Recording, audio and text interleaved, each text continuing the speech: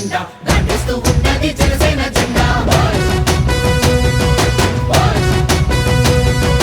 గండర గండర గండర గండ గర్జిస్తూ ఉన్నది జనసేన జెండా గండర గండర గండర గండ దాటిస్తూ ఉన్నది జనసేన జెండా తెల్ల తెల్లని జెండా ఇది తెలుగోడి జెండా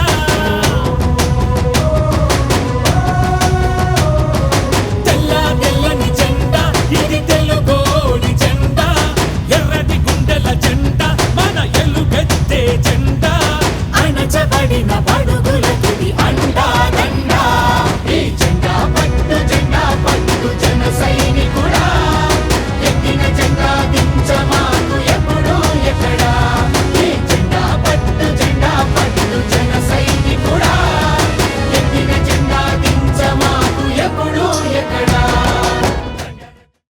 కేవలం వాళ్ళ నియోజకవర్గాలకు లేదంటే వారి జిల్లాలకు లేదంటే వారు గెలవడానికి అనుకూలంగా ఉండే పరిస్థితుల్లో వాళ్ళని ఆ నిధులు అలా మళ్లించకుండా ప్రాజెక్ట్స్ గురించి కావచ్చు, ఉద్యోగాల గురించి, పరిశ్రమలు ఏదైనా అవన్నీ బిల్డప్ అయ్యి ఈ రోజున మనకి తెలంగాణ మూవ్మెంట్ వచ్చింది. ఇక్కడ కూడా నాకు అనిపించింది ఏంటంటే, నాకు ఎందుకు ఇక్కడ ప్రత్యేకించి ఫ్రాంక్లిన్ టెంపుల్టన్ కానీ మన ఇన్నోవా సొల్యూషన్స్ అనే దానికి ఎందుకు వచ్చానంటే, ఇది నాకు వచ్చిన మేజర్ కంప్లైంట్ ఏంటంటే, ఇక్కడ ఉత్తరాంధ్ర ఎంటర్ప్రెన్యూర్స్ నుంచి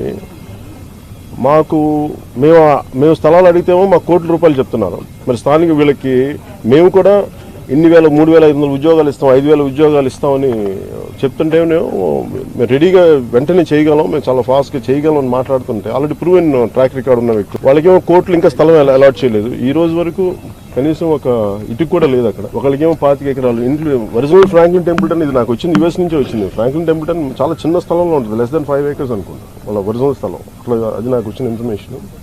అలాగే ఇన్నోవా సొల్యూషన్స్ అనేదానికి మరి దేనికి చేశారు వాళ్ళు 15 ఎకరాలు, వాళ్ళు ఎంత చేస్తారు? నేను నా దగ్గర రిపోర్ట్ కూడా ఉంది, ఇన్నోవా సొల్యూషన్స్ గవర్నమెంట్ ఏ విధంగా వచ్చింది అన్నది.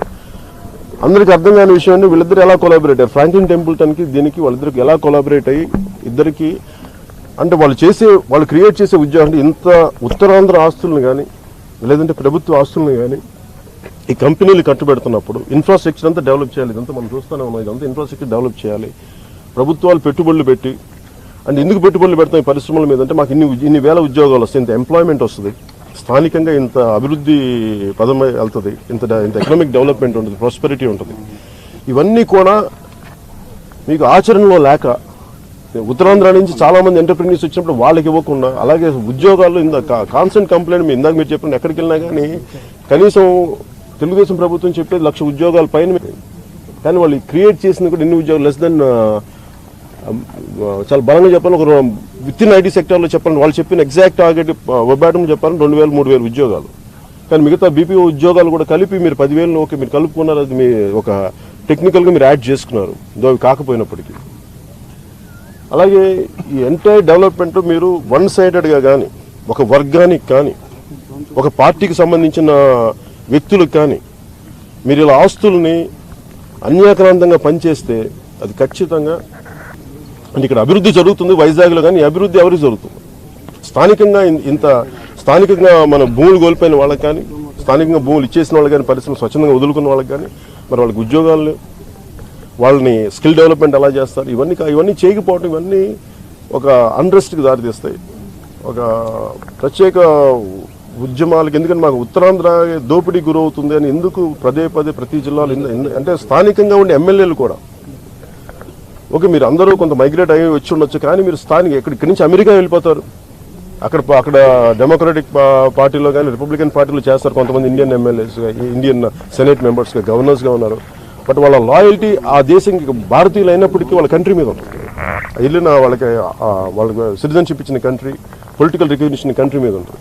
కానీ మనకి కాన్స్టెంట్ కంప్లైంట్ ఎక్కడికి వెళ్ళినా కానీ స్థానికేతరులు వచ్చి అంటే స్థానికంగా ఉన్న ఎమ్మెల్యేలు ఓకే ఇది మనకి మైగ్రేషన్ ఉండాలి, డెవలప్మెంట్ కావాలి, దీన్ని ఎవరు కాదంటే కానీ అందరినీ రిప్రజెంట్ చేస్తామని చెప్పిన ఎమ్మెల్యేలు కానీ ఎంపీలు కానీ అసలు దీన్ని పట్టించుకోకుండా, ఉదాహరణకి మన నిన్న పోర్టు కాలుష్యం కానీ హరిబాబు ఎంపీ గారు వాళ్ళందరూ ఎంపీలు ఉన్నారు, పురంధేశ్వరి గారు వచ్చారు, మిగతా అంతకుముందు ప్రతి ఒక్కళ్ళకి ఇదేదో ఒక గుడ్లు పెట్టుకోవడానికి వలస పక్షులు అనే పదం వచ్చేసింది, వచ్చి చేసుకుంటారు, గుర్తింపు వచ్చేస్తుంది, వెళ్ళిపోతారు తప్ప ఇంతవరకు నేనేమంటానంటే స్పెషల్ కేటగిరీ స్టేటస్ మీరు తేలేకపోయారు. ఓకే అలాగే మీరు విశాఖ రైల్వే జోన్ తేలేకపోయారు, కనీసం కాలుష్యాన్ని ఆపలేరా, కనీసం కాలుష్యానికి సంబంధించిన నియంత్రణ రెగ్యులేషన్ కూడా మీరు చేయలేకపోయారు. మీరు మాట్లాడారు పోర్ట్ ట్రస్ట్కి, అంతమంది, ఎందుకంటే దీని బ్యూటీ చూస్తే నాకు అనిపిస్తుంది ఇది కేప్ టౌన్లో ఉన్నాం. స్టన్నింగ్ విజువల్, మీరు ఋషికొండ చూసిన ఎక్కడ చూసినా ఒక కేప్ టౌన్ లాగా అనిపిస్తుంది. అంత అద్భుతమైన సుందరమైన ప్రదేశం ఇది.